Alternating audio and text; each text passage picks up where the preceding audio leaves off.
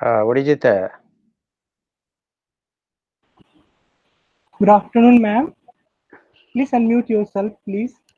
Yes, your microphone. বিভাসদা কেমন আছেন? ভালো ভালো, তুমি ভালো আছো? ভালো আছি। আচ্ছা, অনেকদিন পর দেখা হলো। একদম।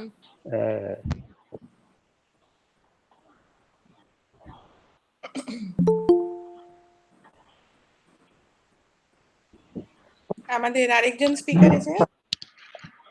No, ma'am. Indrani ma'am has not yet joined. I'm waiting for her. আচ্ছা, শশী, Yes, sir. মানে ইংরেজিতেই বলা হবে, তাই তো? So we have people joining from India, all across India and world. Okay, so Language barrier হয়ে যাচ্ছে এবার। no, sure, I'll speak in English only then. But people can They can speak in any language. They can question Yeah. in the language. With Yes, of course. Right.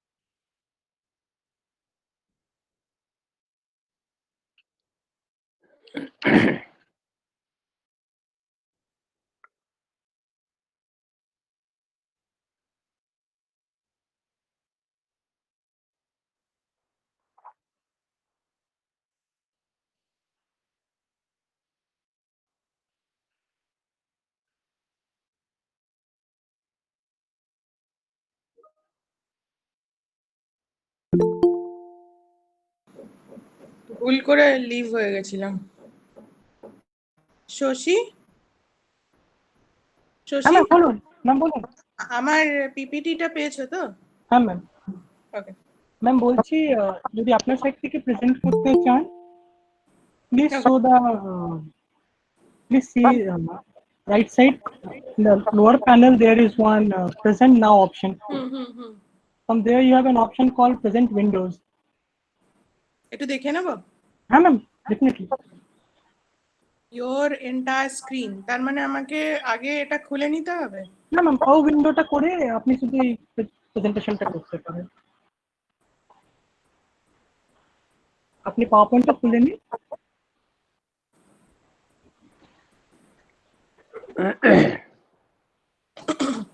And you are presenting the entire screen, right? এক minute.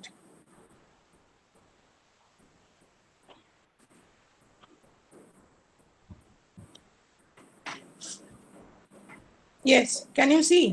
Yes ma'am. You can see the screen, right? Yes ma'am. You can do it a window and only that PowerPoint presentation will then be shown. But this is also fine ma'am, this is fine. On. ঠিক আছে।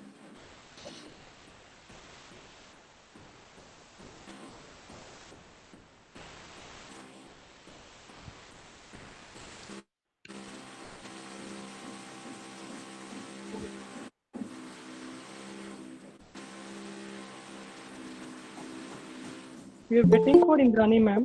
Once ma'am join, we will then begin the proceedings.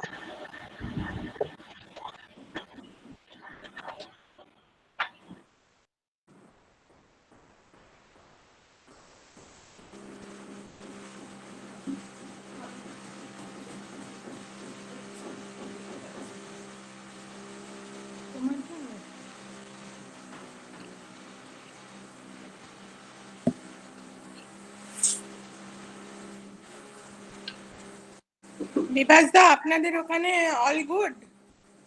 Covid condition?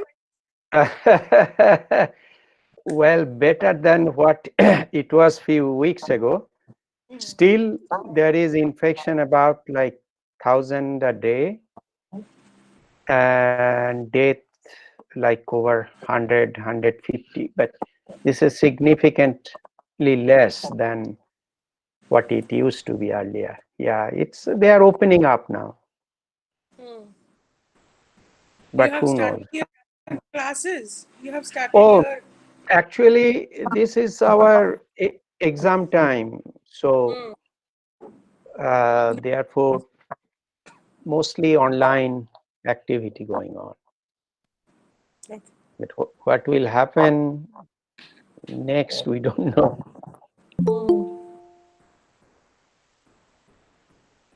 আমাদের এখানে তো প্রতিদিনই case বাড়ছে। হ্যাঁ, তো কালকে 18,000 দেখলাম।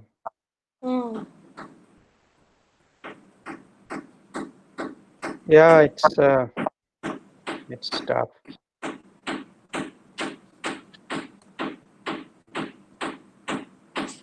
ওয়েস্ট বেঙ্গলের মধ্যে আবার পার্টিকুলারলি কলকাতাটা বেশি ট্রাবল দিচ্ছে, কারণ ডেথ রেটটা it is not going down below 9 এখনো। সেই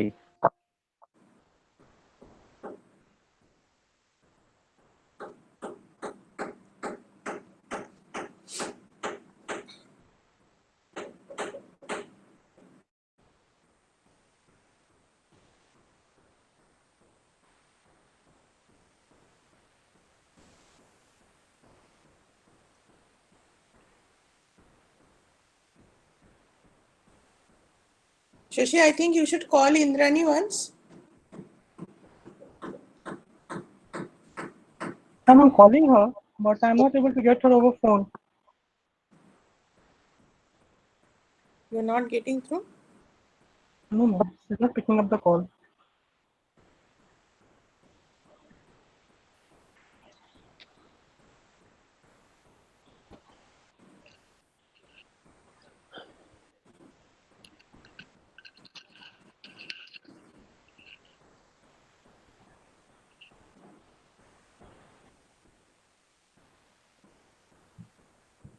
could be internet problem.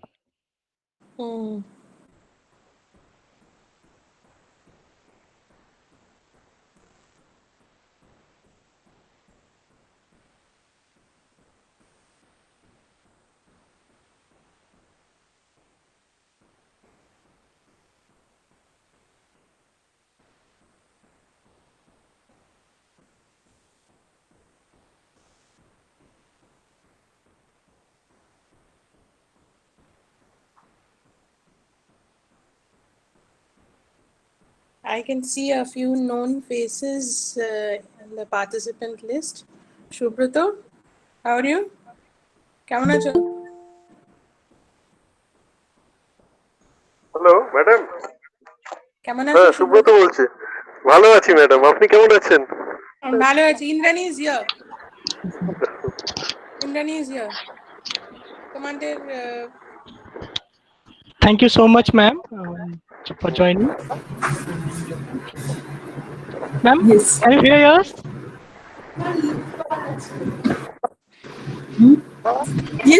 Yes. Should we start, ma'am? Yes. Sir? Yes. Good afternoon to one and all present, both here on Google Meet as well as connected via the YouTube live streaming feed.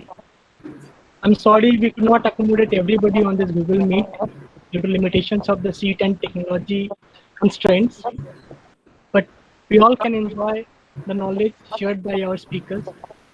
Before we start, I request all those who are connected through Google Meet to kindly ensure that their videos and audios are turned off so that there are no disturbances which occurs.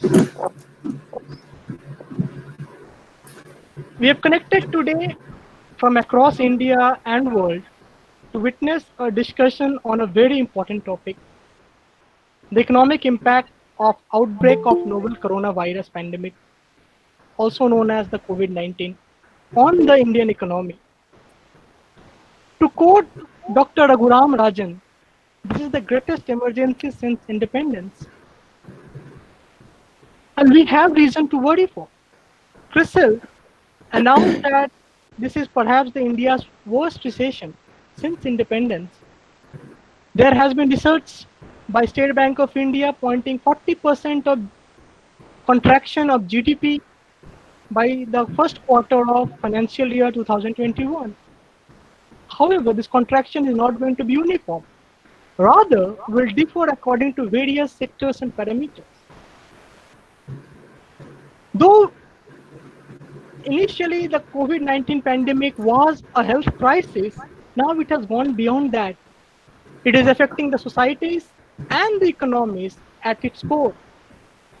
Although the impact is going to vary from country to country, one thing is for sure, it is likely to increase the poverty and inequality at a global scale, and may not just impact the current generation, but also the future generation, causing an issue of intertemporal sustainabilities. Now, assessing the impact of this COVID-19 crisis on society, economies, and across the vulnerable group is important because this will tailor the responses for the government and the partners who are working towards the recovery of this crisis.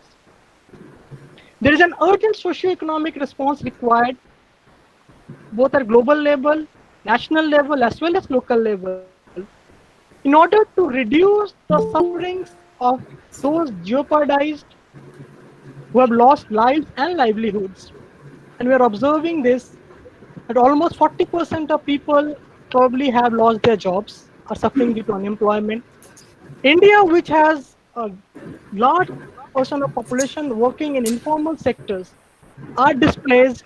There are some hidden impacts like those on women empowerment, women employability. There are some impacts which will not be known now, but in future.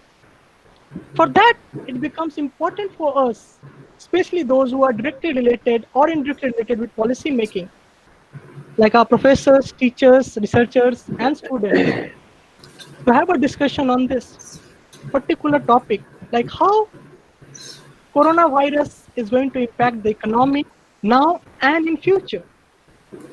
The biggest thing we have to discuss on today's webinar is revival versus survival, or is it life versus livelihood, or is it the present versus future? I would like to invite three eminent economists across the globe today with us. We have Dr. Bibhas Shah. Sir is an associate professor in economics at the Durham University Business School in UK since 2014. Prior to this, Sir taught at University of East Anglia, UK from 2005 to 2014, and at the Indira Gandhi Institute of Development Research, which we commonly known as IGIRD. From 1990 to 2005, Sir was also the visiting professor at University of Southern California at the USA. His main research area is microeconomics, game theory, development economics, and has published in numerous papers in reputed economic and academic journals. We also have with us Dr. Indrani Roy Chaudhary, who is currently an associate professor of economics at the Center for the Study of Regional Development, CSRD, School of Social Sciences, Jawaharlal Nehru University, India. Her area of specializations are health economics, environmental economics, applied game theory, and qualitative economics. And she has earned her publications in various peer-reviewed national and international journals. Prior to her current position at JNU, her past institution affiliation include Department of Economics of Jamia Millia Islamia and National Institute of Public Finance and Policy, New Delhi. She did her PhD in Environmental Economics from the Center of International Trade and Development, CITD, School of International Studies, Jawaharlal Nehru University, and her MPhil from Jadavpur University. She is currently involved in project on transhuman pastoralism in Himachal Pradesh. She has been also involved with couple of projects related to economic of cancer. Our third speaker is Professor Arijita Datta. She is professor in economics in Calcutta University. She started her professional career at the Biswabharati University before shifting to Calcutta University. An alumnus of Presidency University, Calcutta, and JNU, New Delhi. She completed her PhD from Calcutta University. Her focus area of research is health economics, quantitative development economics. She has various publications in national and international journals to her credit. She has completed numerous research projects. Also, she has been working very closely with government of West Bengal on various policy matters. She has been visiting researcher at the UNO Merit, Maastricht, Netherlands, and Yamaguchi University, Japan. I thank all the three eminent economists who, from their very busy schedule, agreed to give some time to us so that we can learn.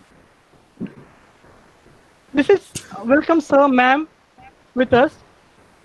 And before I start, I'll request all those who have participated to put their question on the chat section to the right of your screen if you are on Google Meet, and on the YouTube comment section. We'll be taking possibly most of the question as per time permit. So I'll request Bivas sir to take over and enlighten us for today. Thank you, sir.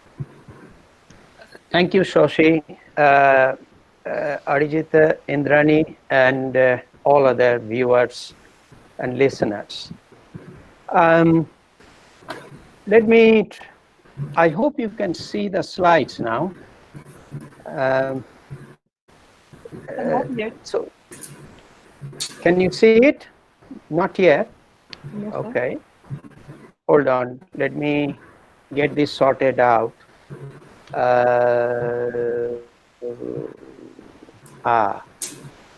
Yes, I have to come to this. Right. Now you can see it, right? Yes, sir. Yes, okay. So without giving too much of introduction to this pandemic that we all know, let me just briefly remind everybody, in case we are not so tuned to the past or the history. Well, it's roughly about 100-year cycle. We are now having pandemics. About 100 years ago, around 1918 to 1919, we had Spanish flu. That took roughly about 500 million people. There are various estimates around the world, but well, I think the figure for India was 15 million people died in India. And another 100 years back, cholera, around 1817, more than 100,000 people died in India. It's also, we can remember the cholera originated from Bengal. And cholera spread to the rest of India by various routes as it is happening now, but more importantly, through a religious festival, Kumbh Mela. So I just thought share this piece of little trivia, keeping in mind that India at the moment is going through a huge surge in infection and still going ahead with all kind of religious festival at the moment. Now, the topic is the economic impact of it, right? Now, the trouble with any prediction in this setting is extremely problematic. As you might be following various forecasts given by IMF or World Bank or any of the central banks around the world have been changing every month. And I'll show you what's the latest forecast we got from World Bank and IMF. Just 2 days ago, this was published. Part of the reason is that most of our audience are economists, so you know that we do projection or prediction mostly relying on a comparative static method. But this is such a massive shock that that methodology is not very helpful. Nonetheless, economists have learned through experience how to model crises, or at least how to predict certain outcomes of the crisis. I should also point out, whenever we hear recovery, we need to think, what do we mean? Is it just GDP? In case of India, it's not just GDP alone. We need to look at poverty reduction as well. Should we add also the health consequence, mortality, for instance?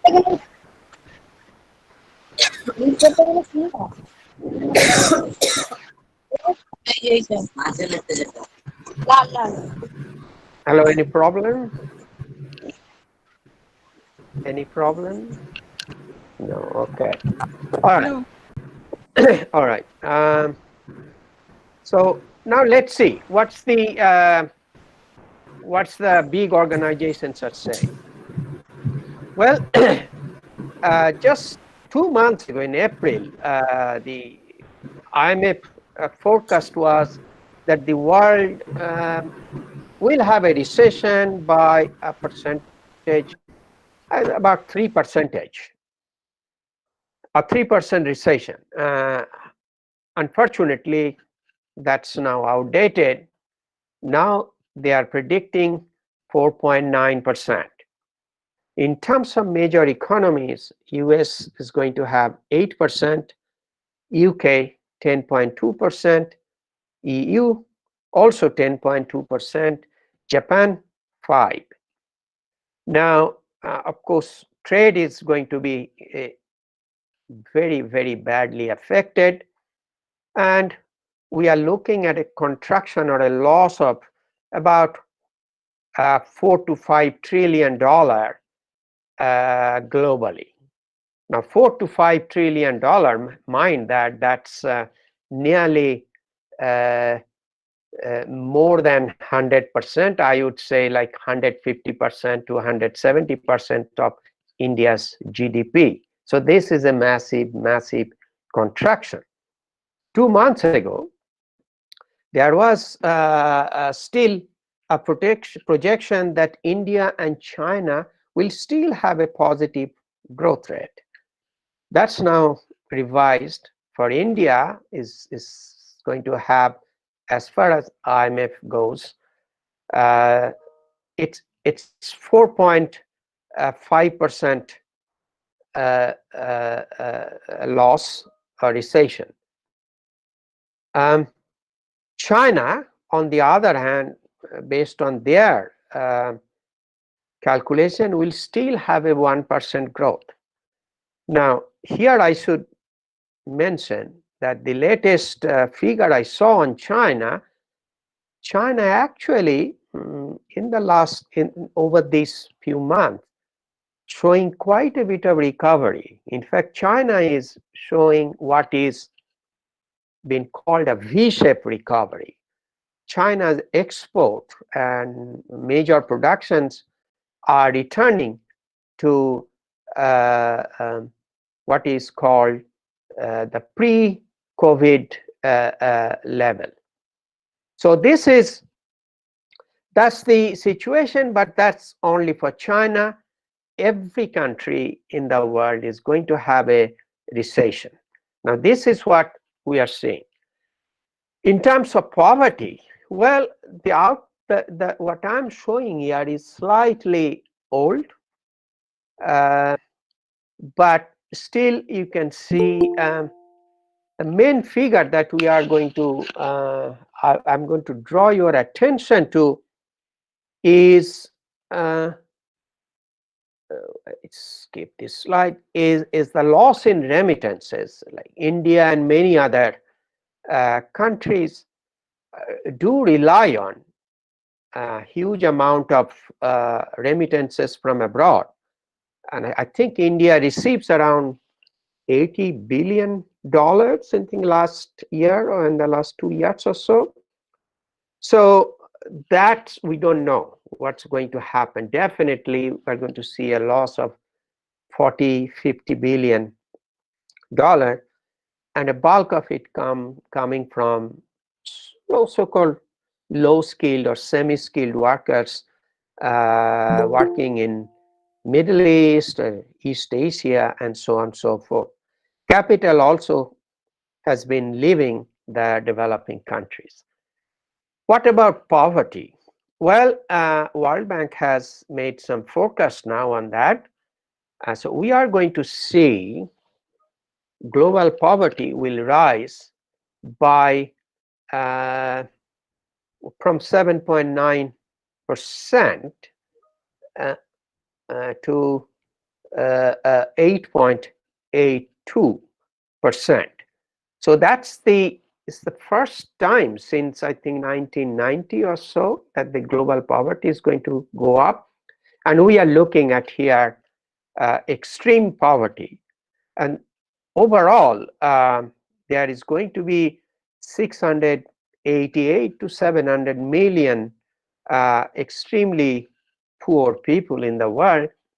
Out of that, 71 million will be added this year, which is very, very problematic. India will have 12 to 15 million new poor. Well, what about inequality?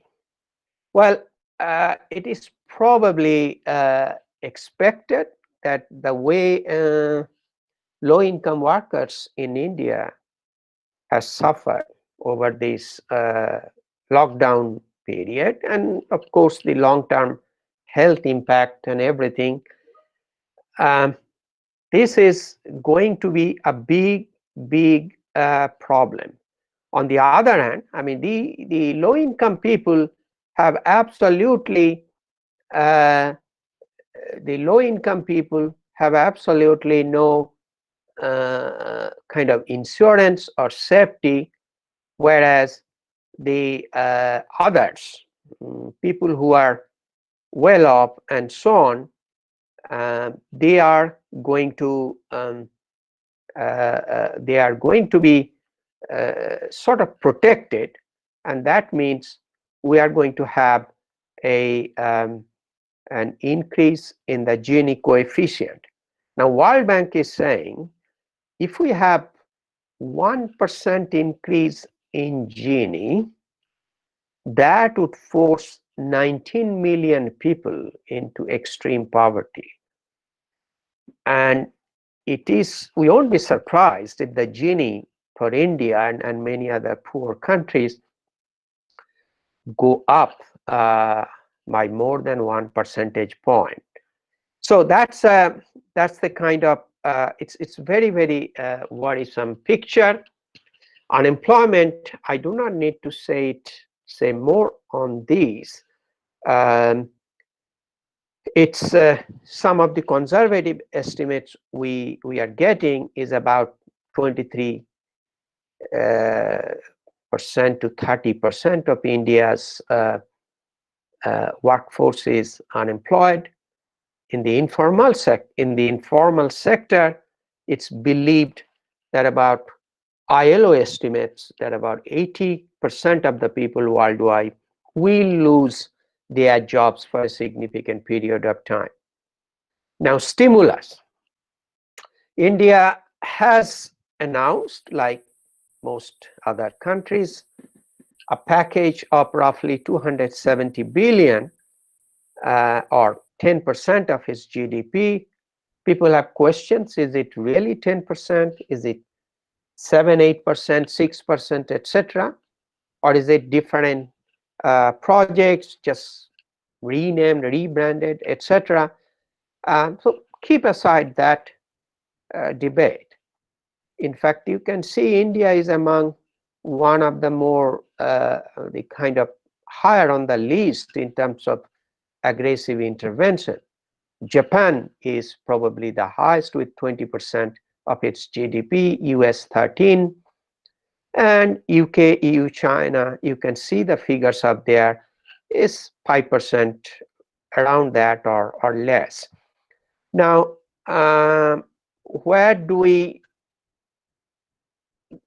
what can we expect from 2021? Well, the experts are saying, and they are saying with a lot of caveat, our recovery projections for India about 6% positive growth. The world economy itself will bounce back 5.4. China, as usual, will have higher growth rate of 8%, 8.2%, and US, UK, all the major regions. Now, I was listening to a webinar yesterday from World Bank experts who have written this project report, but they are throwing in now a lot of words of caution around it. I mean, this is, they assume that there is going to be one likely second wave, but assumptions are made about how long that wave can stay and the mortality figure and so on and so forth. But there are two things that they are warning about. One is that we assume that the financial sector will still remain okay. And that's a big question. We know in the past, 2008-9, there was crisis starting from financial sector, but then it affected the real sector of the economy. Now, in this case, it can go from other way. It can lead to a financial sector crisis, and if that happens, we are looking at a very, very prolonged recession. So is it going to be V-shaped? Is it going to be even W-shaped? Is it going to be U-shaped or L-shaped? Nobody knows, but all of these is definitely a big concern. What to do? Well, Maitreyi Ghatak and his co-authors have written elsewhere to create a global solidarity fund. And that is a good idea. Question is, do we have sort of the global will to do it? Do we have global leadership? We probably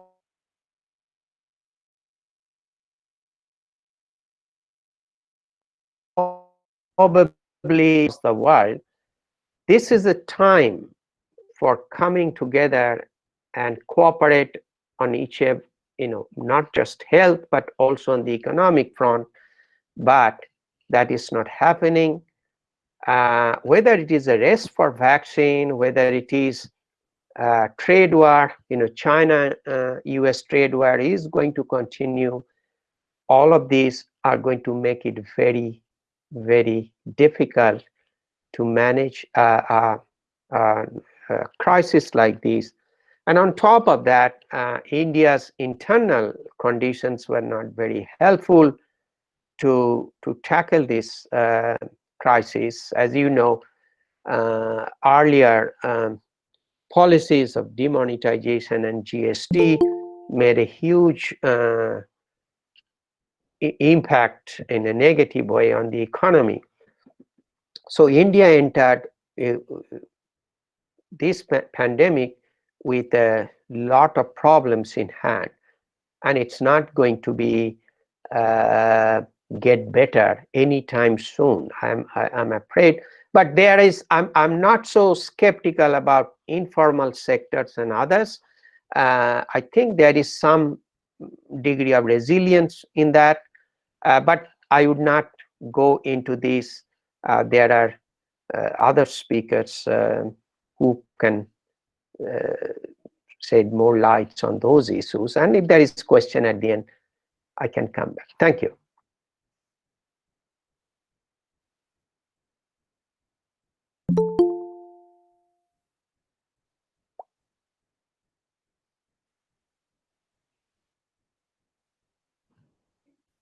Yes.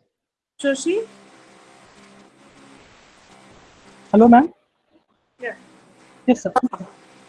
So, I'll request Indrani ma'am to unmute herself, please, and then take over. Yeah. Thank you, Shashi. Thank you, Professor Shaha, Professor Datta, and others who are participating in this webinars. So Professor Shaha has made a very detailed macro picture, so which is happening due to this health shock globally vis-a-vis India. So my task is in that case much easier. So I would rather focus on a very narrow sense to the health issues, and to a certain extent the issues of the lockdown. So globally, we all know that since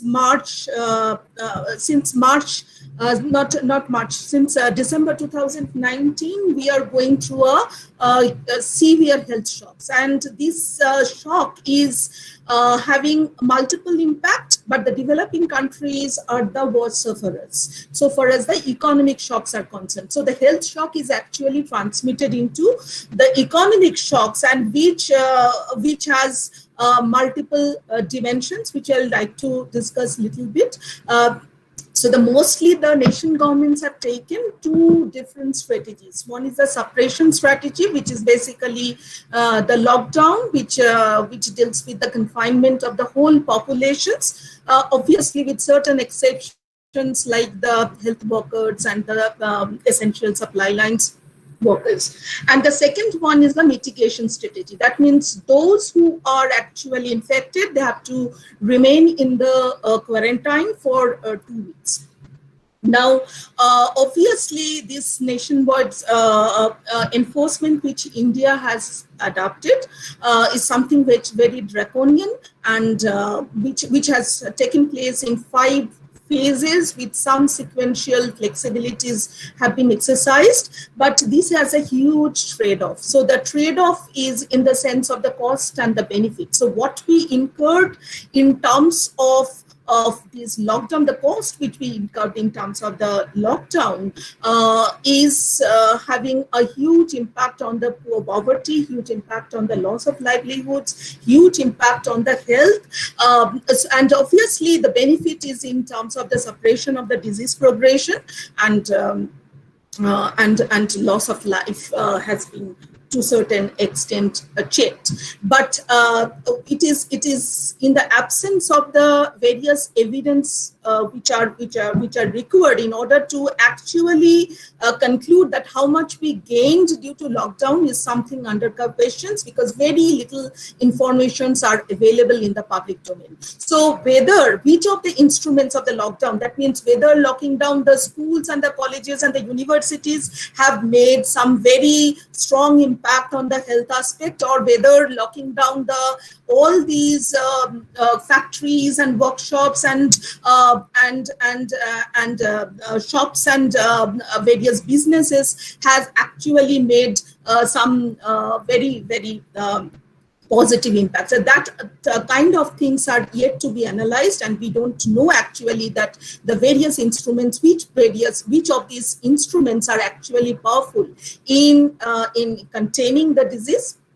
Now, I would like to, so that this is a twin crisis which India is witnessing. The health crisis has been transmitted into the economic crisis, but these downturns are actually, there is the direction of these causality, that means the health and the economic shocks are something which is simultaneous in a dynamic framework. And obviously the feedback mechanism from either side would actually trigger the other crisis further. So I don't want to go to the details of all the forecast which has been made about India. Professor Saha has given a very detailed descriptions. So the IMF, we all know that India is going to contract about 4.5% of the GDP, which was very recent IMF forecasting. But the deeper concern is on the distributional aspects of the contraction, because with 85% or 90% of the Indian workforce who are engaged in the informal sector, so who is actually bearing the greater cost of these contractions and the catastrophic impact in terms of the job and the livelihood loss is something which is a matter of a great concern. So the experts, according to the various suggestions, the robust policy suggestions are basically, we have to strengthen our healthcare infrastructure, we have to reinforce our social security nets, but unfortunately in both these fronts, we don't see much hopeful picture. So whether this lockdown is actually needed, I would like to dwell on this for a few minutes. So it is since it's a matter of the loss of human life, so it's a very serious issue. So it is, and also very sensitive. So that basically rationalize the lockdown, at least in the initial periods, and this is basically the prescriptions from a team of epidemiologists, public health specialists, virologists, immunologists, everybody. But the rationale has been challenged by also many, like the Paul Romer and Alan Gerbers. They actually talked about the two complementary strategies. That means they basically says that if you ramp up the testing and allow certain flexibilities of those who are tested negative in the standard RT-PCR test or in the serological test, they should be given the option to work, and also, like, so these twin strategies of increasing the testing and then allowing some people to work in a selective manner. So that is the prescriptions, and that has been actually supported by many. Dept report also suggested that the healthy workers needs to be identified and they should be brought back to the workforce in Europe. And this also has been, the similar concern has been also raised by the Devraj Roy and Subramanian. So they also talk about the flexibility in terms of self-selective manner. So the 20 to 40 years, the younger populations who are less vulnerable in terms of the severity, disease severity as well as mortality, they should be actually allowed to work, and that is also on selective manner. And the older population should be protected through various means. And there are also the concerns that many of the experts have actually raised concerns on the mortality rate. And so, like David Katz is one of them who is very vocal in the social media. So he is actually asking that the mortality which is being presented is overestimated due to selection bias. And this is basically due to the problem of detection problems, which arises because many of the populations who are infected remains asymptomatic, and therefore they don't bother to go and report in the hospital, and that basically shrinks the denominator of the infected people. Jay Bhattacharya and his colleagues in the Stanfords, they also concluded that the infection rate is much higher than whatever is being recorded in about the confirmed cases. So they're in their study of the Santa Clara County, where they have shown this, that the infection may be much widespread, which was 2.8% rather than what has been available in the official documents. So I would rather, now let me just go to the behavioral aspect, because this is very important so far as the policies are concerned, but unfortunately, our policymakers are not very much active in that respect. So no, in terms of the prescriptions which are available, that is not reflecting this side. So I'd like to share the slide. 1 minute.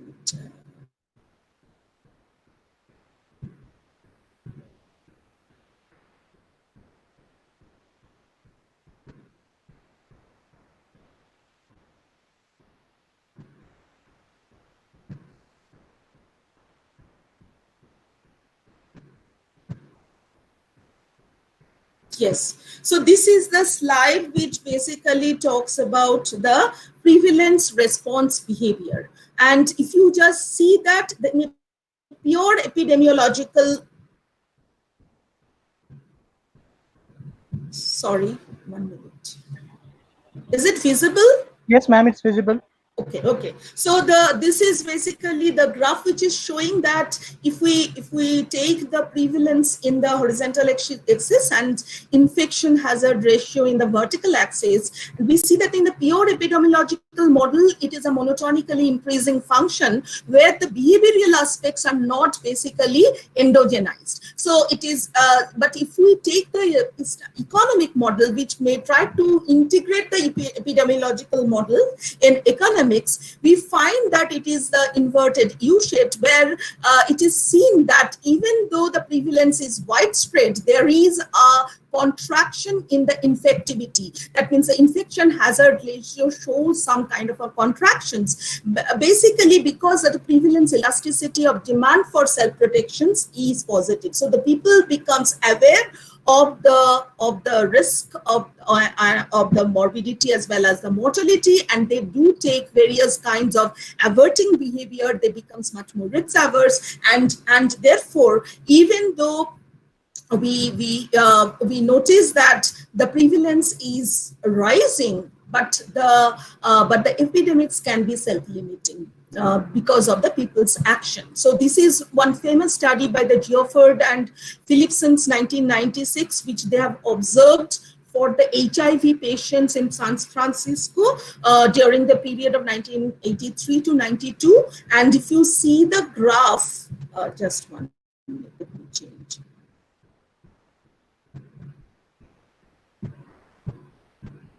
Yes, if you see the graph, what you find is that it is increasing. The prevalence is increasing, but at the same time that the hazard ratio is falling. So especially during the later part of this study, the periods during the 90s, it is actually showing a falling trend. So that actually shows that the people, those especially in this case of the gay populations, are actually becoming more alert in terms of taking various averting behaviors, in using the various protections, condoms and other things, and the behavior is much more strikingly alert for the not only for the gay population who are living in the cities, the gay populations who are bachelors, so who are single. So that basically shows, establishes that the positive elasticity of the prevalence elasticity of demand.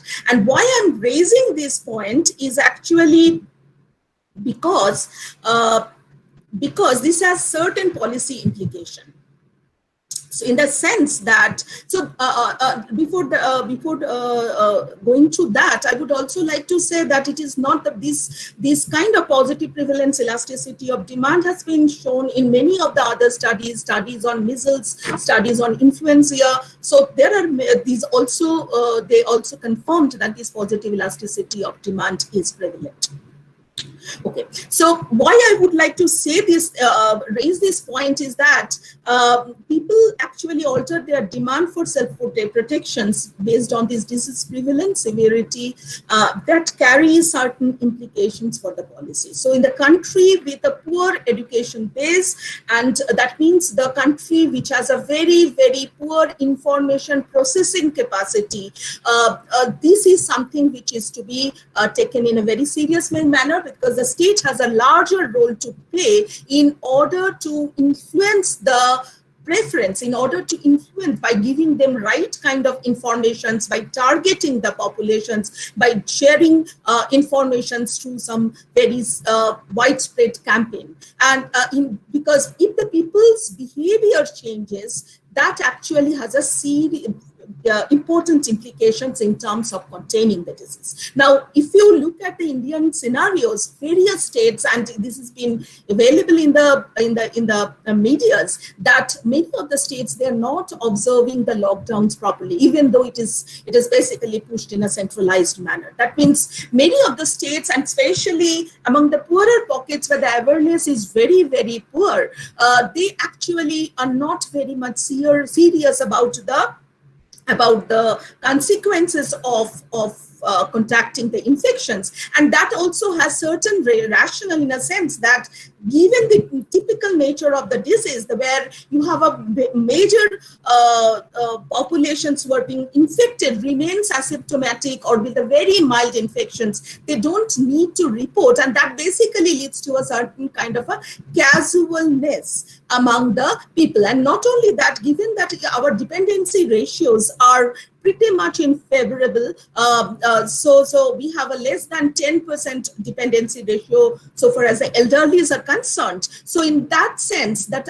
given that we have a very large chunk of young populations, working populations, who are very less susceptible in terms of severity, they would not take these things in a very serious manner. So there, the state has an important role to play in order to influence their behavior by doing the appropriate information sharing.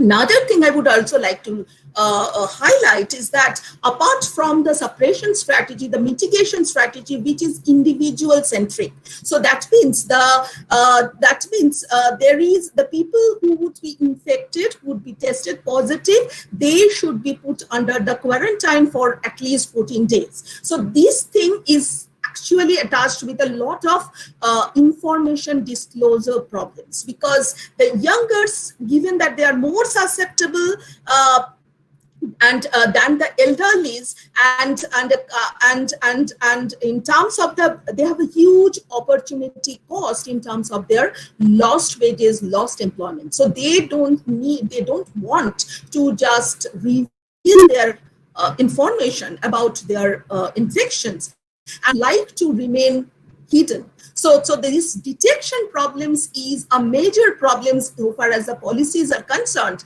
and especially after these migration problems, because now we have the migrant laborers who are from the cities have actually transmitted into the rural scenarios, and there is a caution from various quarters that many of the peri-urbans, many of the rural pockets would be the next hotspots. So in that context, the information disclosure is something which has to be taken in a very serious note, and therefore certain incentives has to be created in order to just make the people, incentivize the people to disclose their informations. So some kind of a quarantine allowances and other benefits may be helpful. And I'm not aware which the Singapore has taken by giving, I think that $1,000 per day quarantine allowance. And I'm not aware of any of the Indian states who have actually done it except Orissa. So Orissa, I'm aware that have actually introduced 15,000 incentive per for the 2 weeks of quarantine if somebody is infected. But that actually gives some kind of incentives to the people who are infected to submit their informations or to share their informations by going to the test centers and going for the test, and that actually would lead to the suppression or the containment of the disease to a larger extent. Okay, so the next thing which I would also like to share is the problem of the testing. So the problem of the testing, it is globally a problem, and the underreporting is something which is widely prevalent, and it is not only the developing countries' problem, but also the developed countries' problem, because of the typical nature of the disease, where you have a major section of the populations who are actually asymptomatic. Now, apart from that, if we look at the Indian states and from the aggregated data from India, it is very, very paradoxical. It is very easy to conclude anything because of the selections and where there's a huge misinterpretation of the data.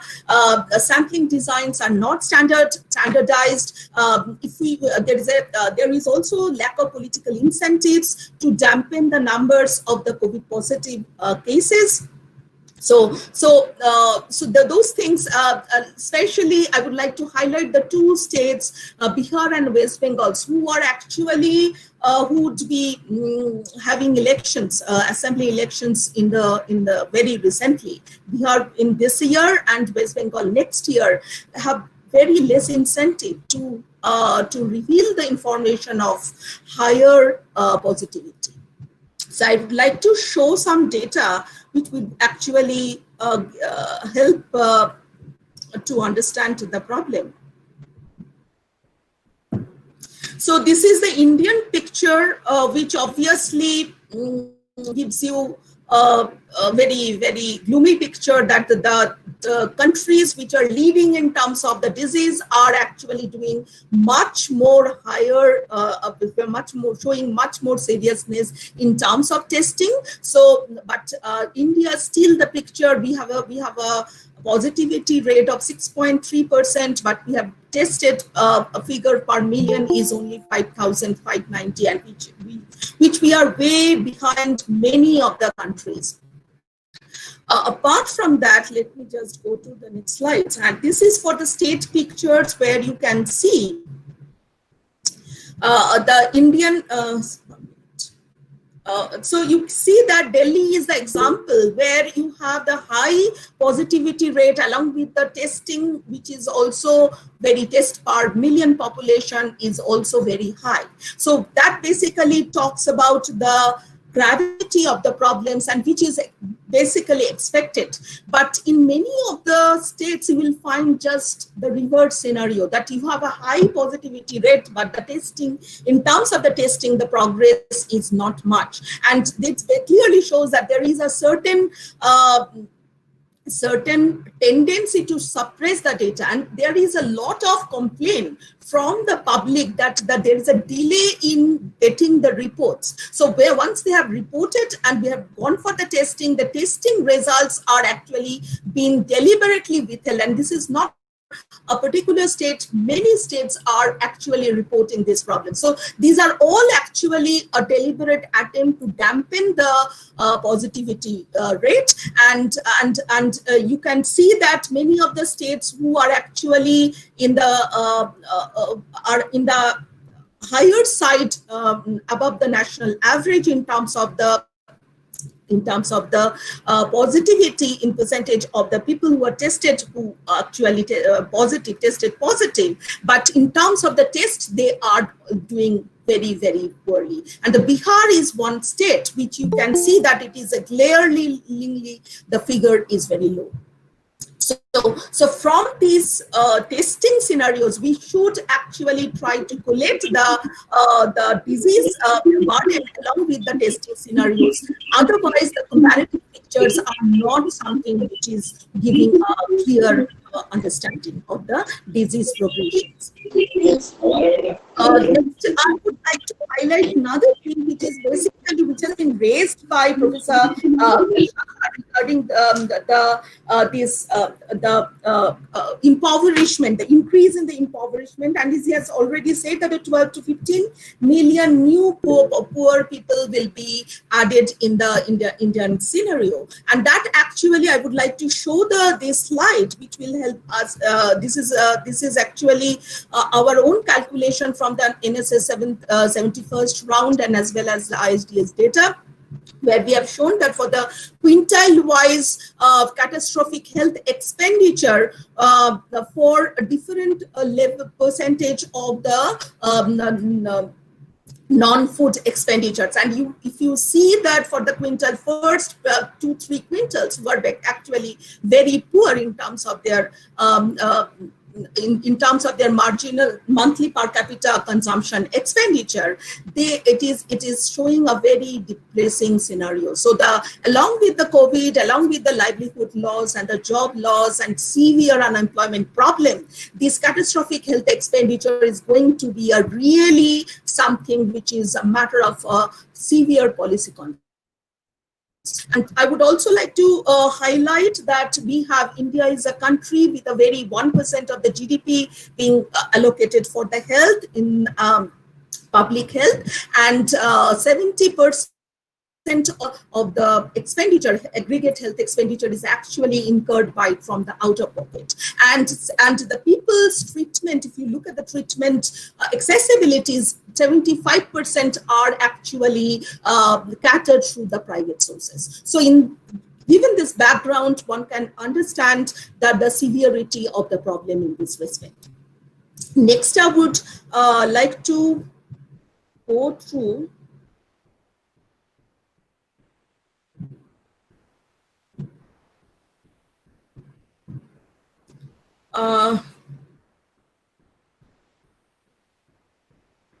yes. So, what is again a matter of concerns given these economic shocks and economic downturns is that the delayed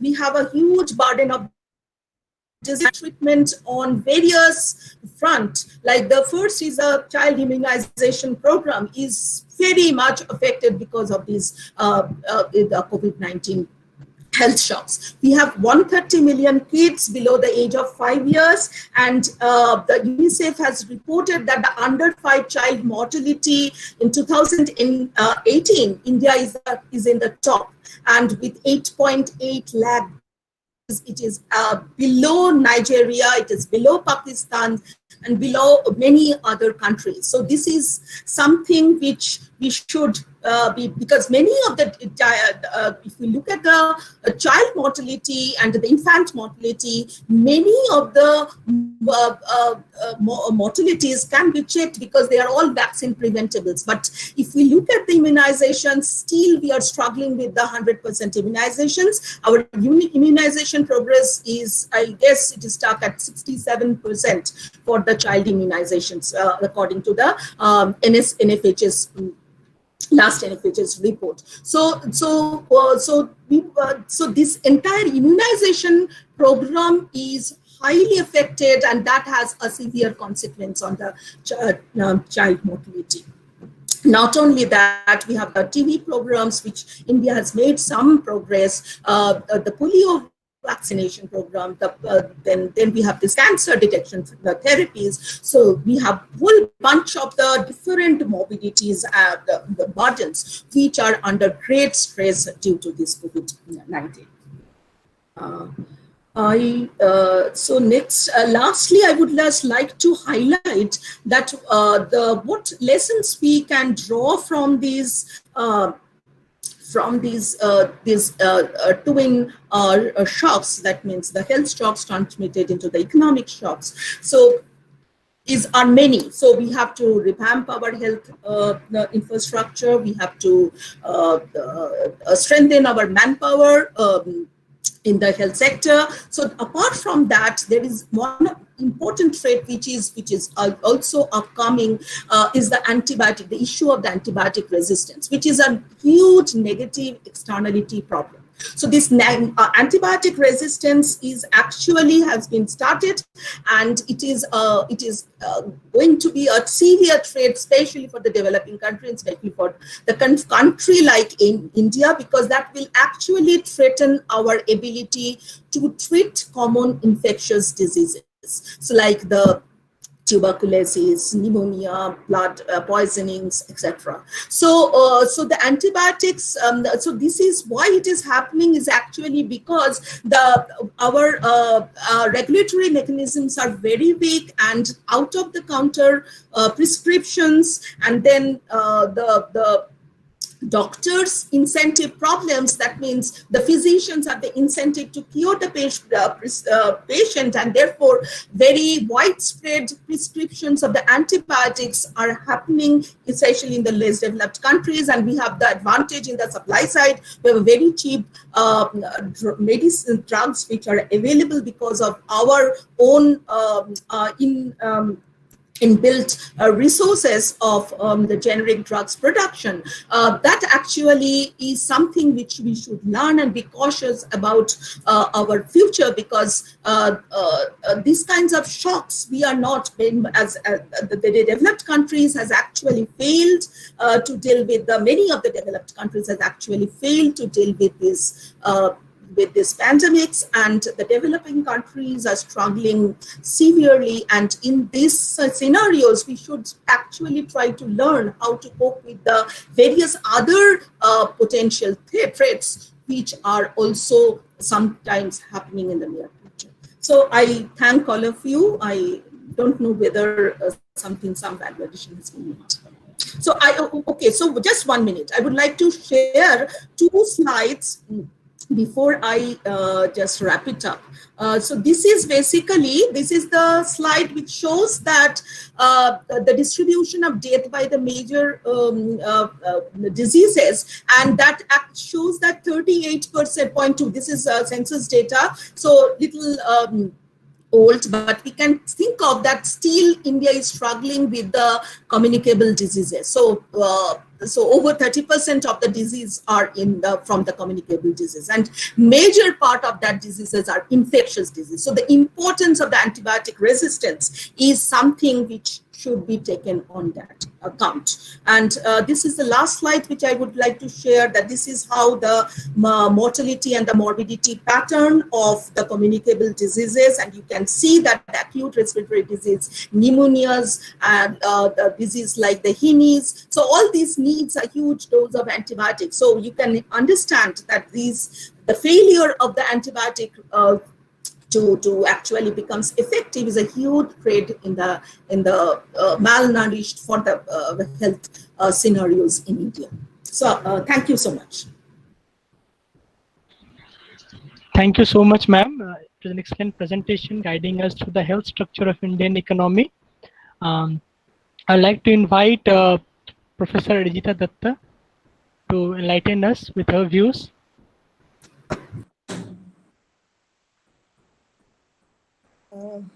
Thank you, Shashi. Just a minute.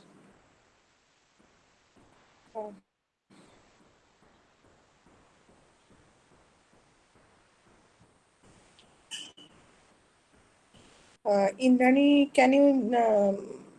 Ma'am, I'll just take 1 second. Indrani, ma'am, can you please close your presentation? Yes. And all those who are live on Google Meet, can you please switch off your videos? Kindly switch off your videos, those who are on YouTube live other than the presenters. Yeah.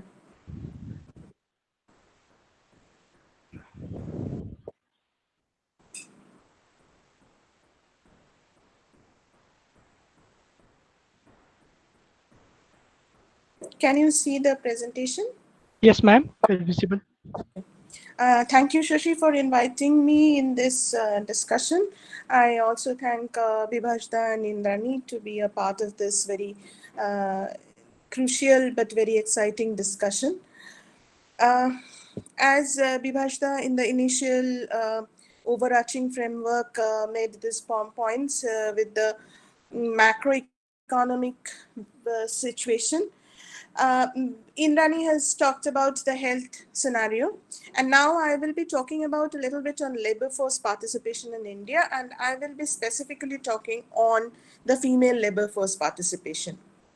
Now, in the background, I would like to say that we all know that there's an unusually low rate of Indian labor force participation by the women, and that is in spite of the substantial rise in female literacy, robust economic growth, and a fertility transition. So in spite of all these three, we have seen a continuous decline in the female labor force participation rate, and that is including the primary and subsidiary status. I will be talking more about this primary and subsidiary status later on. And what we find that the women aged 25 to 54 have stagnated, their female labor force participation has stagnated for the urban areas to 26 to 28%, whereas between 1987 and 2011, there has been a substantial drop in the rural areas, so from 57% to 44%. Now, under the similar enabling factors, however, we have found that the female labor force participation rose substantially in Latin American countries, in Middle East countries, and also in North African countries. Now, this is the overall picture that if we look at the graph, the two graphs on that top are them for men, blue for the rural male, and the orange one is for the urban male. Now, the lower two graphs are about for the female. One is the rural female and another is the urban female. So if you look at across the various rounds of NSS, what you find that there has been a kind of a push, a rise from 2004 to 2011, and then a substantial drop again. Only where the drop was relatively less was in urban female. But particularly in the rural female scenario, you find a substantial drop. Now, given this, there has been a lot of literature which has come up on explaining of this limited labor force participation by women, and one of the most important of them is feminization U hypothesis, which actually talks about the mechanism for the initial decline of the labor force participation, comprising of rising incompatibility of work and family duties as the workforce moves away, and an income effect of husband earnings. So as the development process gets spread, what happens that within the household's men's income, when that increases, and as always females wage rate or earnings are considered as the subsidiary income which supplements the household income. So when the income effect of the husband's earnings as an income effect, there's a drop in the female labor force participation. And not to forget the stigma against the female working outside, and generally in particular some sectors, and particularly among the Hindu upper caste women. So the rising section, then this is the what I just discussed was the declining part, and the rising section emerges with a receding stigma, high potential earnings of females as their education improves, as well as the fertility decline further. Now, ethnicity and female labor force participation has a very strong connection, because any labor force participation in India has been historically and mythologically connected to ethnicity, because that is what our Varnashram talks about. Now, working outside the household has been more socially acceptable among the women of lower castes, while women from the higher castes tend to face greater restrictions. And in particular, women from the scheduled tribes and scheduled castes have the highest participation rates. Now, underestimation of female works has been one of the other hypotheses to explain this fall in the labor force participation, and there has been a number of papers on this. I would like to mention about Deshpande and Kabir's paper in 2019, where it documents the fuzziness between the boundary of domestic work and unpaid work. So basically, when we talk about that women are not going out, that means that women are actually involved in many of the domestic work, and it is definitely unpaid. But what happens that they are actually going for expenditure saving activities. So when they are at home, they are taking care of many, they are using their care the caregiver role for the children, for the elderly, and sometimes to the entire household. So this is not just unpaid, but this is expenditure saving activities. Now, Deshpande and Kabir's paper also very succinctly points out that religion and visible markers such as veiling are not significant determinant of probability of working. This is very important observation in 2019, particularly in West Bengal, because so far the existing literature was pointing out that the Muslim women were participating less in the in the labor force. But as we find that religion and visible markers like the burqas and the hijabs, they are not significantly determinants of the probability of working. Now I come to the pandemic and the economic crisis, as my stage is already set by two eminent speakers. It is an easier duty for me to talk about pandemic. And we know that the coronavirus pandemic will almost certainly affecting the female employment situation in most of the developing countries. And it will exacerbate existing inequalities in society. So as I said, there was already very, very strong inequalities in the society. While all vulnerable populations will suffer, if we look into this entire problem through a gender lens, it will be particular for the lowest in of caste, class, or religious stratification. So what I mean to say that women and lower caste, women and poorest economic class, women and religious minority classes, they are going to be worst hit because of this pandemic. Here are my versions of why. Now, as I had said, that care economy is mostly dependent on the women. Women already bear a disproportionate burden of care economy, even when they're participating in the labor market. So there is a big OECD study which points out that it's not just taking care of children and elderly and other household duties, but many a times they're also participating in the labor market. So this burden just got heavier with the closure of schools and daycare centers. So what is happening that the children are staying back in the houses for the entire day, and all those daycare centers are also closed, including the midday meals are limited, though in certain states the steps have been taken to supply the midday meals, but those midday meals are only for the dry ration of midday meal. So the onus lies on the women to cook with those dry ration as well. So the work burden that has definitely increased for the care economy. Now coming to the specific sectors, now when we talk about social distancing guidelines is, right after the longer, this is going to be in our economy even after the lockdown. So even if the lockdown is revoked, now we are listening to these ideas that we will have to learn to live with COVID. So therefore, the jobs in the sectors that require close human interactions, like construction, retail, and most of the informal sector, these sectors are the most difficult sectors that are going to be. And also not to forget the traditional formal care sector, that is the nursing sector. So all these are actually require more human interaction, and The other side of the sectors are more technologically and formal sectors where distancing is feasible.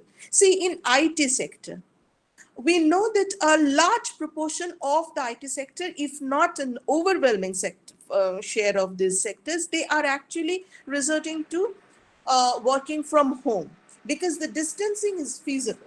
But when you talk about construction, retail, or most of the other informal sector, it is not possible.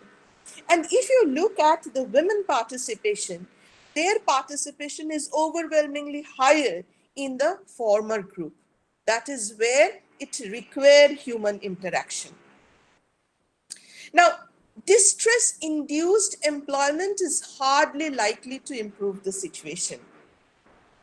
Right? So on one hand, the women, the areas where women are working are going to be more difficult in terms of keeping the social distancing. And if the social distancing is not maintained, that means the women will be exposed to more higher risk of pandemic. On the other hand, if the women are forced due to distress because their husbands, their partners are laid off, they are not in the labor force anymore, this is hardly going to improve the situation because the women will be forced to accept the lower wages and they will work for longer hours, layoffs, and also what will happen that their overall condition for their work, that is what we call the decent employments, that is going to go down. Now, what about the formal sector? Those like us who are in the formal sector, women employees in the formal sector may also be viewed as more costly post the Maternity Act situation, which entitles the women to 6 months paid leave. Saying this, my intention is not to say that the Maternity Act is wrong, it is incorrect, or it is not acceptable. What I'm saying that it is flawed at its implementation level because there is no support for paid leave. As Indrani was pointing out, that for those who are staying back at home for the quarantine, if there is no government support for that, there will be a tendency to break that quarantine and come out for the income.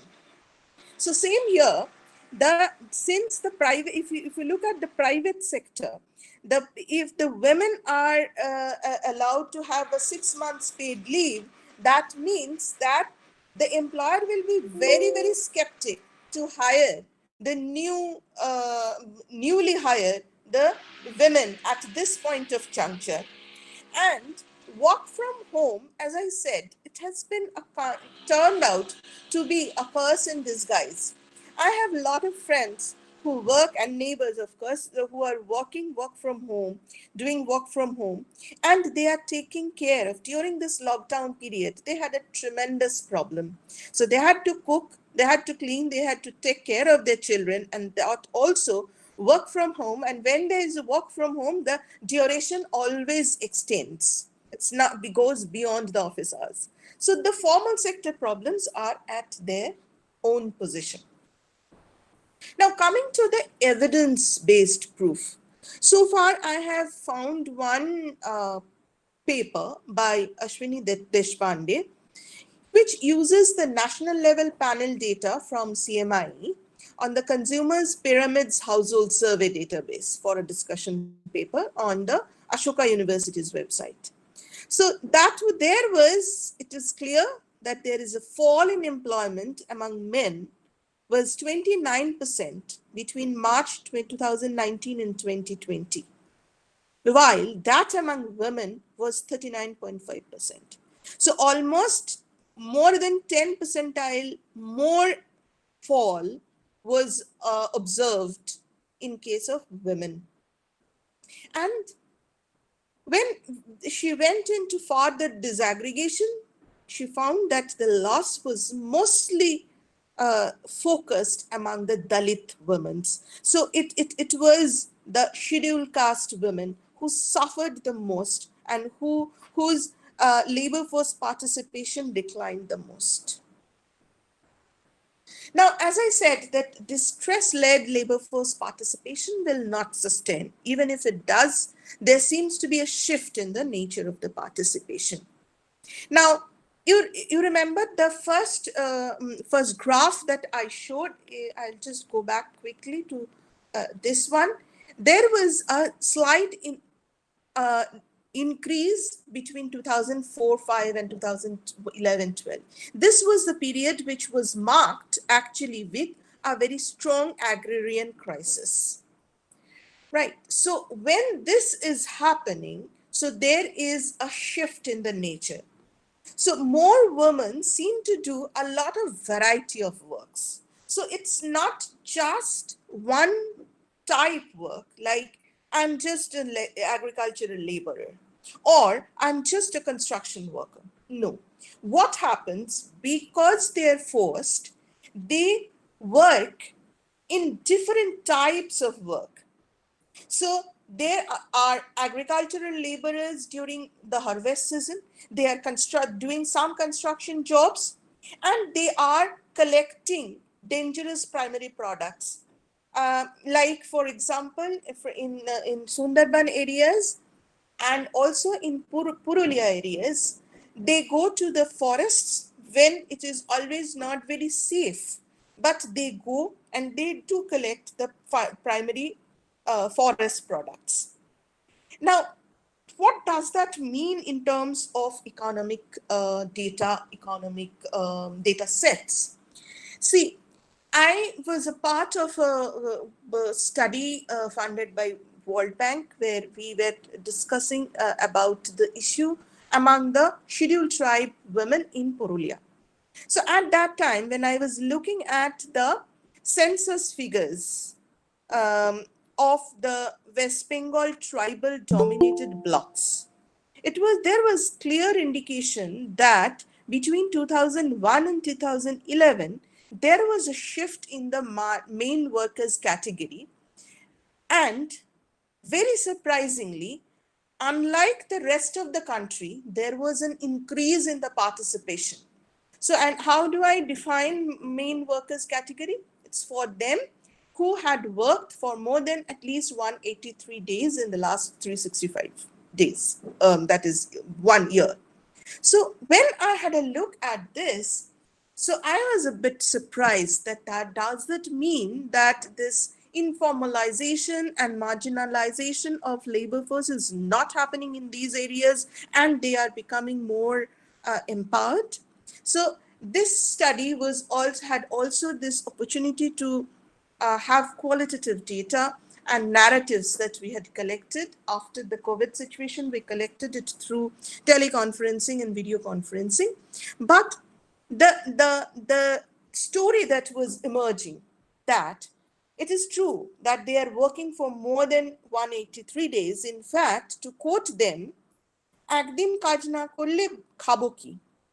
So it was not that they were doing it very voluntarily, but they are doing almost every day under strong compulsion.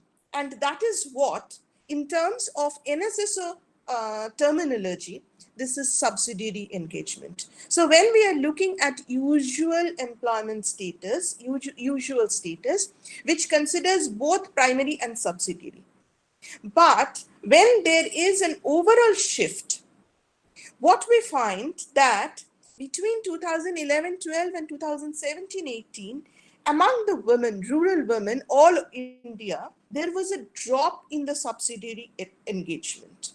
But my experience with the primary data and also with this my fear with this COVID is that engagement in work in subsidiary capacity may arise out of the following two situations. Number one, the person may be engaged for a relatively longer period during the last 365 days in some economic or non-economic activity, and for a relatively shorter period in another economic activity.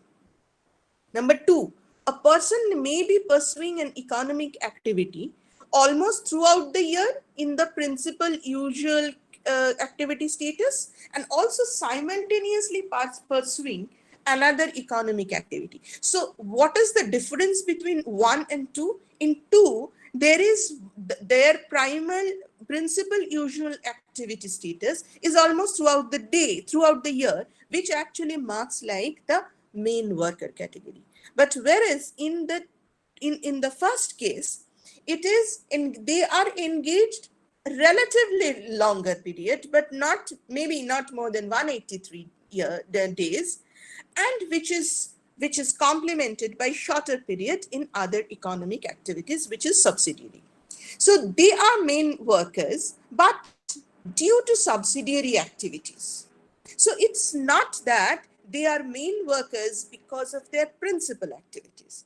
And since I was taking these narratives and the qualitative data in the post-COVID period, that's in May and June, early June. So what I was finding that they are working almost day in and day out. Normally, they go out during this period. They go to the districts like Bardhaman and Purba Medinipur for harvest. Since they could not go due to lockdown, so now they are working in the local construction activities. They are using their homestead land for some cultivation, and also they are doing other petty jobs. They are going to forests, collecting leaves, and they are doing all sorts of petty jobs. So what is happening that they are actually moving from principal activity to a subsidiary activity. So an ethnic dimension may be also crucial, which does not represent the overall economic improvement, but it also needs further nuances. So when I talk about overall the economic, the female labor force participation in the post-COVID era, I am more skeptic. I find that on one hand, the formal sector jobs are drying, and when it is going on, the more laid off will be among the women. In the informal sector, the jobs that are available for the women, they are more dangerous in the post-COVID scenario because the distancing is becoming difficult. Social distancing is becoming difficult. And thirdly, this angle of subsidiary activities in NSSO. And unfortunately, I did not locate further detailed study on this primary and subsidiary activities literature. But this has to be, I'm working on this on the NSSO latest round to find that what is the proportion across the different categories of social caste and religious caste and economic classes, how far the subsidiary activities are increasing. And mind you, this involvement in the subsidiary activities more and more actually hints towards far more vulnerability and far more criticality for these women. So that is what I wanted to share. And so that's it.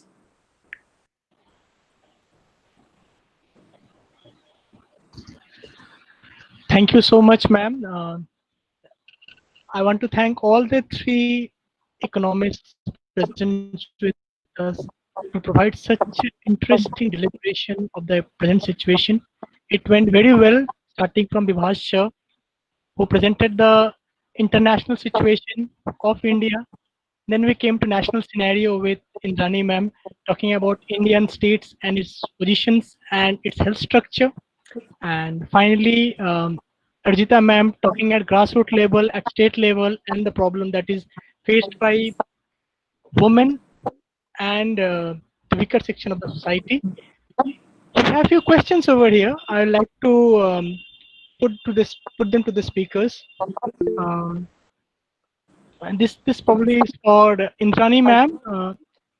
It says that healthy worker from a massive workforce, to identify them, it is a cumbersome process and time-consuming process. How should we go ahead with this?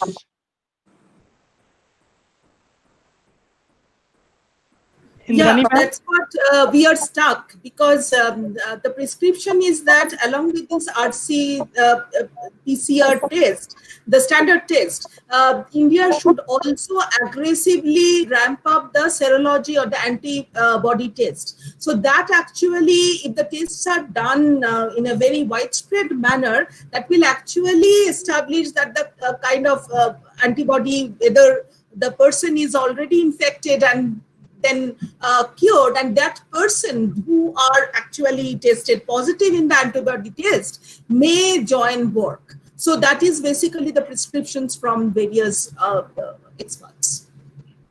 So that actually antibody test we have actually made a very delayed introduction of antibody test. Now I guess it has already started. Delhi is actually planning to do it in a very widespread manner. In other parts of the state, it is actually catching up, but we are actually missing the vital time when it was actually needed. Before, we thought of just extending the lockdown or withdrawing the lockdown. So those decisions were taken much more arbitrarily rather backed by certain scientific findings. And there's another question is how the government can raise revenue while most of the economic activities are hampered, but the expenditures are increasing for the government. This is one particular question that is striking my head. Over the point of time, the coffer of the government is getting weak and weak, and the expenditure rising. How would the government tackle, given the fact that we already have a very low share of GDP going to health sector? So, your take, ma'am. It's me, Shashi. Ma'am, it is for Indrani, ma'am. Yeah. Okay. So I think that Professor Shah would be better to just deal with this question. But I would like to say that this is not the time to actually the government are looking for various revenue generation, because all the economic activities are actually getting stagnant or facing a huge contraction. So the revenue side generation from the government side is also not in a very good shape, but the initial phase should be mostly done by the deficit financing. The government should try to just make money through printing notes. So, and after that, once the economy comes to certain pace, then the other avenues should be explored. But I'm not the right person. Yeah. Okay. All right. Now that tricky question is thrown at me. I'm not a macroeconomist, okay. But okay, let's see what can we say about it. Well, government can borrow from international markets, domestic markets, and of course they can monetize through the Reserve Bank. Now, this is a situation where you cannot have those kind of fiscal discipline and all those things. So one difficulty for India as compared to a hard currency country like US, EU and UK, etc., is that those currencies have certain degree of reliability and credibility. So they can borrow at a much lower rate than India can. So India's 10% of GDP, as people have contested that number, some people think it is 6-7%, but it is definitely probably in excess of 5%. And this is where Indian government, I'm sure, worried that if your deficit goes up, well above 5%, you will be in trouble in terms of your credit rating. India cannot have the benefit of hard currency countries. And this is where going into 10% territory has other long-term consequences, and obviously inflation will be a concern sooner or later. And that's why I showed those figures that EU, UK, and China are still in the so-called fiscal prudence territory as much as possible as of now. Things may change after a few months. So for India, that's a very tough one, but they will probably monetize quite a lot. Inflation will be an issue. To what extent, I can't put a figure on that. I don't have that expertise, but it's a big problem. It's going to come. Thank you, sir.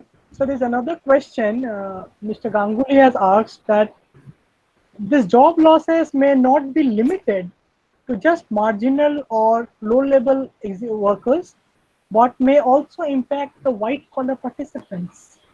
So how is India prepared for such losses? Yeah, is it for me or? Yes, it's for you. Okay, right. So yes, white collar is going to happen. You see, just few days ago, I do not know how much it has become a news in India. Trump has sort of stopped H-1B visa, which would hugely affect India. So IT jobs have been a problem last few years. And then, I mean, we talk about US-China trade war, but US has not forgotten India also. Another piece of news a few days ago came that the US Department of Transportation is going to slap Air India with a court case that India has repatriated illegally or breaching US rules the stranded passengers from the US. So that's they are going to slap a fine, and it's going to be a problem.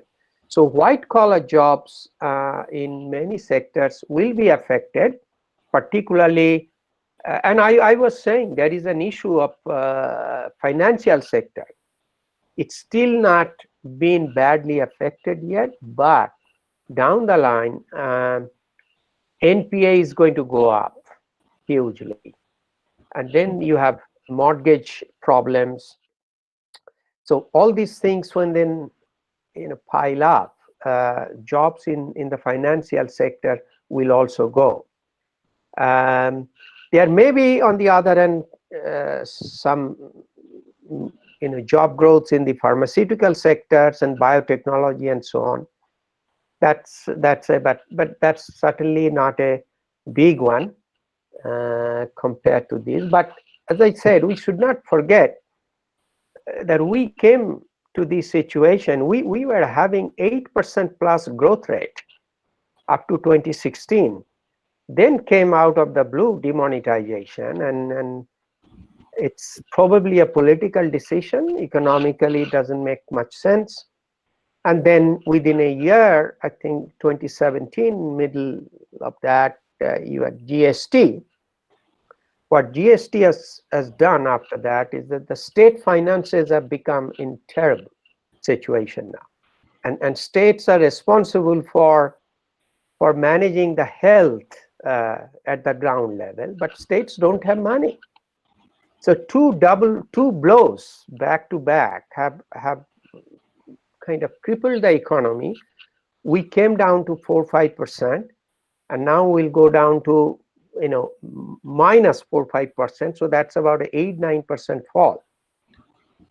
And in this context, I should add one more figure, that India's case mortality ratio or case fatality ratio, I think CFR, people people died as percentage of positive COVID cases is about 3%, I think, little over 3. We have 15,000 deaths as of this morning, I saw, and nearly 490,000 cases of that. So we are looking at roughly about 3%. But look at the global figure. The global figure is about, I think we now have 5 million infected, 5 million cases, and the death toll is 500,000, just about 10%. And this 10% is something interesting. I started with the Spanish flu story 100 years ago. Spanish flu had a world over death of 50 million, and the infection was about 500 million. So that was also 10%. Spanish flu continued for 1.5 years to 2 years. In fact, actually more than that, it's more than 2 years, but it was recorded over 1.5 years. There was no vaccine ever discovered for Spanish flu. We have some flu jabs, but that's another story. But now, so I have a feeling that India's that mortality rate we are seeing is going to go up. This 3% does not seem to be, it's too much on the lower side. I'm not saying there is an under testing this and that, but there could be, but if there is under testing, under reporting, it should happen everywhere. I mean, both testing and death count, etc. But the thing is, I think Indrani pointed out earlier that our elderly population is a much smaller percentage. The demography is favorable. It is also the case, younger people in India are getting infected first, and they will then infect the elderly. So what we are going to see today, this morning's figure is 18,000, I think last 24 hours. It's going to go up, and elderly will be infected. And I'm afraid this 3% will go up to, I do not know, hopefully not 10%, but probably 6-7%. I am afraid might go up. So where were you? You asked me about the job figure. I strayed into this. So the thing is, we are at the stage of upsurge. I know a month ago, some eminent experts, and I do not want to name them, we respect and their work, but they were under the assumption, they were saying that we think India is nearly done. The infection was in the range of 10,000 or little over 1,000, 2,000 or so. And it stayed that way, and everybody was thinking maybe we are over the hill now. But Arjita ma'am, this asked, Ms. Sanchita Haldar has been asking you that since there are impact on women workers in informal sector, how is this going to impact the current situation and the future? Future generation, women empowerment, livelihood of other women? That's what I tried to point out, Shashi, that since it's going to affect not only women in the informal sector, but also in the formal sector. So there will be definitely the ability to earn income, and of course the women empowerment issues, though the literature does suggest that women empowerment is not directly one-to-one related to the women's income earning capacity. It is not just the synonymous ones, but definitely it is one of the major determinants. So it will be hampered. And as I was pointing out that in the formal sector, given the earlier policies like maternity act, then also there was no protection for wage equality. So there was there were cases even in formal sector that women were being given less wage. So the crisis was already there, the gender issues were already there. So on the top of this, it was, if we juxtapose the criticality of COVID, the women empowerment, women labor force participation is going to be badly affected in India. And particularly so for the more socially backward classes. So you mean there is going to be an interaction of class, caste, gender, etc., to create the cumulative impact of pandemic on people? Oh, yeah, I mean, Sir? that's, I'm okay. Sorry, Orijita, you go ahead. I will add something to this. Yes, please, please. No, I mean, since I'm from outside looking at it, oh boy, I think India is going to, it's terrible, all this religion, caste, this, that. I mean, India has been far more divided in the last 3 months than what it was already. Most countries abroad are actually finding ways to come together. And there is a realization, it's not any particular communities or occupation groups disease. Wherever it may originate from, it is everybody's problem. And there is no other way but coming together. In India, it's a very, very absurd situation. For example, what I hear and read, and you guys probably know better, there are hundreds of different lockdown rules, starting from central government to state government to district to your local housing society. My goodness. And then there are all kind of things. If you are Muslim, there is a sort of tendency to say, we went to Delhi, that Tablighi congregation or not, whether you are coming from lower caste, if you live in slums, there are all kind of different ways people try to identify the risk. Now, this is absurd. And then you have the private healthcare sector. You know, this is a terrible thing going on. If you have money, you can actually book an ICU in case, and a ventilator in case you fall sick, right? Now, this is the first thing that should be stopped. And the private healthcare is a disaster in a pandemic environment. But there we are. And India, like 2-3 other countries in the world, are facing serious leadership problem. But that's something you can't do. You have to live with it and see where it goes.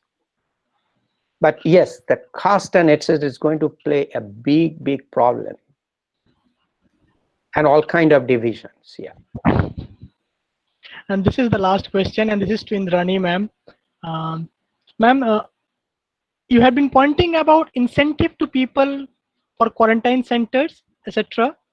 But in West Bengal, where society is an important part and social taboo is a factor, thus this incentive will work because categorization of people as COVID patient will lead to isolation in society.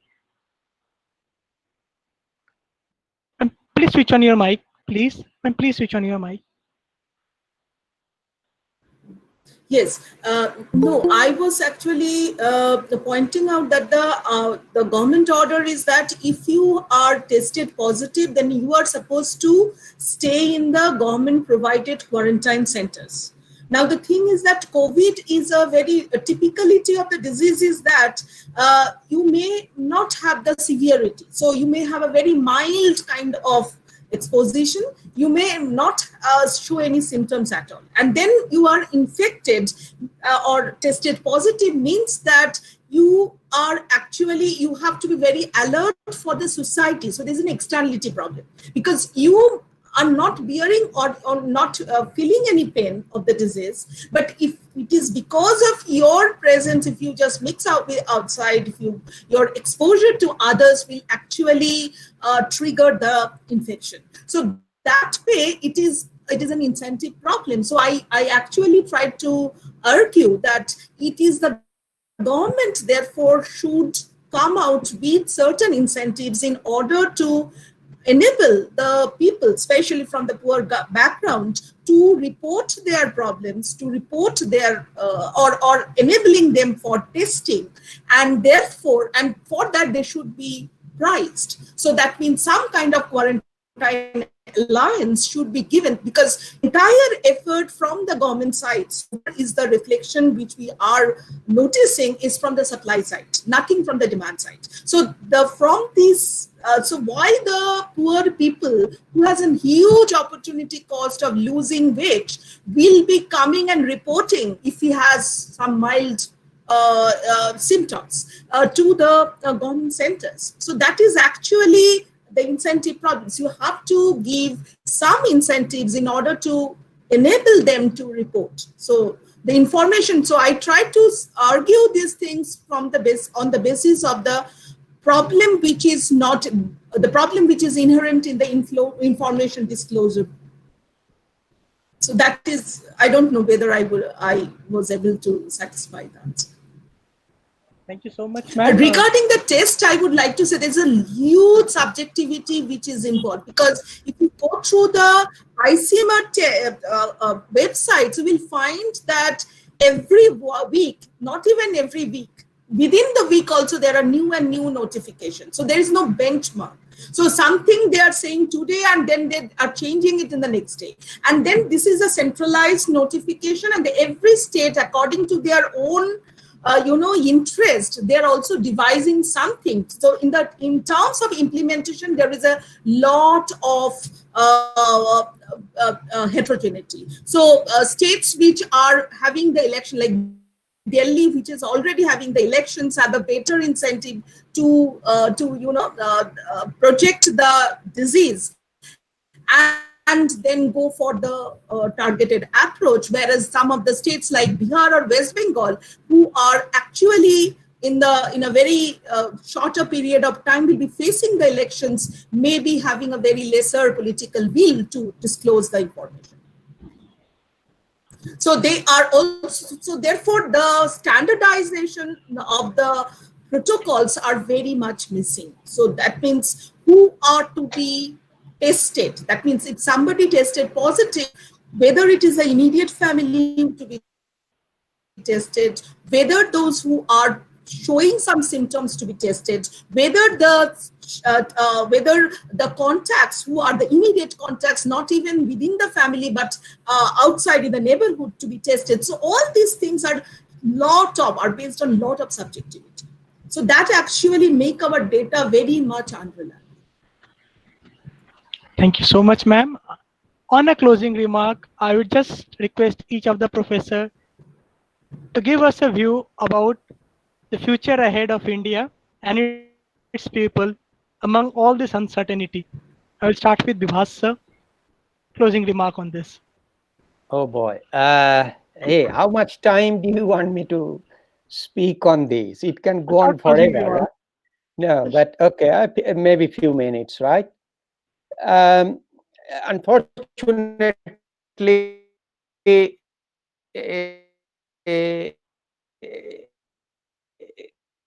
we are in a situation, it's very hard to say.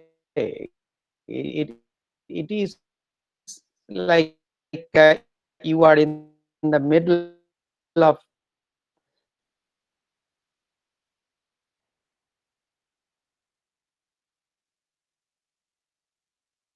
an intense storm.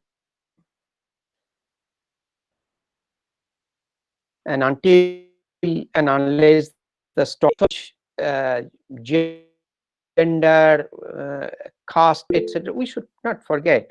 One death means you are losing one of your countrymen, and that has to be taken into account. So next 1 year is going to be very, very tough. I'm more on the kind of skeptic side. I think overall in the economy after 1 year will gradually come back, and my feeling is the informal sector that will actually do better than the formal sector, because the formal sector is so much dependent on the international market now. Exports, IT jobs, although service sector will do, I mean, IT long distance services will be fine, but we are so much globally connected. This pandemic is going to play out for at least 1 year, and we don't know about what's going to happen with vaccine. So the formal sector will be affected. The informal sector works on a completely different logic. I think we often think informal sector as an imperfect sector where the law has not reached, or they just think they like. But we should not forget that this is a sector that has probably come up as a natural response to uncertainty and risk that affect our life every day, and that India has lived through in the past. So this sector has a lot of insurance inbuilt in it. People will be able to survive. This will not provide a great income, but very poor people will be able to survive unless there is a severe agricultural production problem, drought, etc. There will be a problem of the linkage between informal and formal. That's because the migrant workers who have come back to villages are not going to go back to Delhi or Mumbai anytime soon. So these kind of supply linkages will be a problem. Supply chain issues will be a problem, and that will take some time to get sorted out. So next 1 year, in my view, is going to be quite problematic, quite difficult.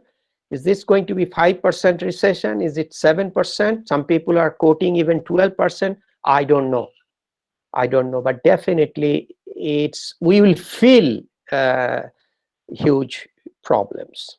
Thank you. Thank you, sir. Indrani ma'am, any quoting note on the future of health structure in Indian economy?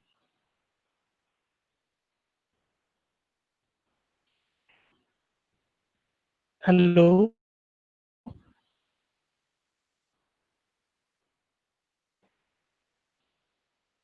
Indrani ma'am,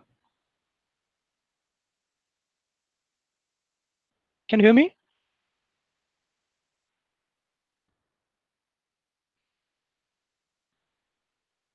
Hello. Remark. I think I've already spoken too much. So closing remark should be little more. Shah has already said that the next couple of years is bad. So we have to live with COVID for some time. But after that,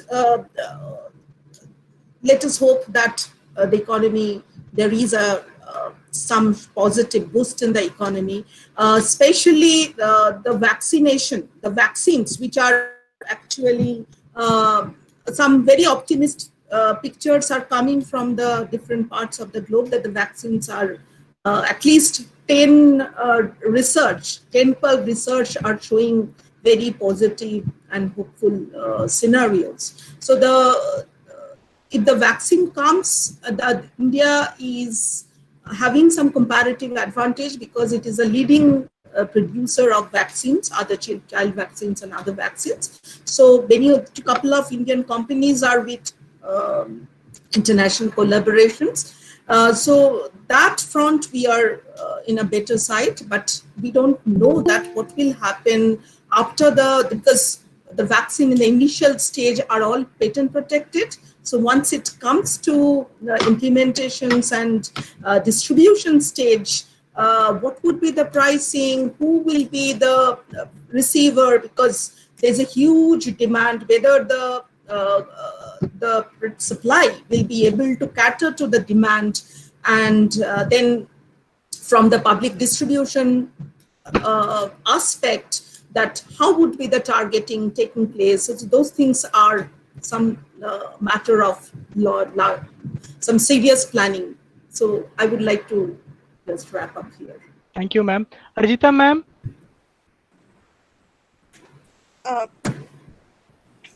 Ma'am, please unmute yourself. I have unmuted.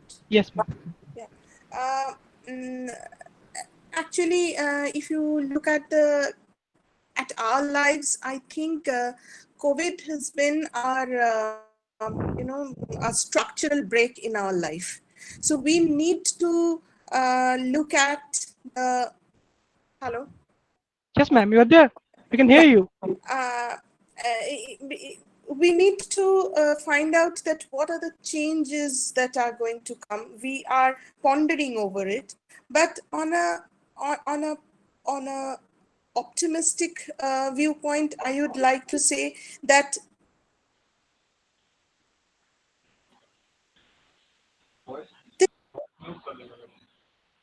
Ma'am.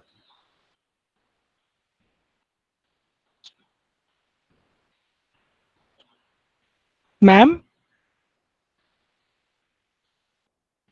Hello. Ma'am, you are losing your connection.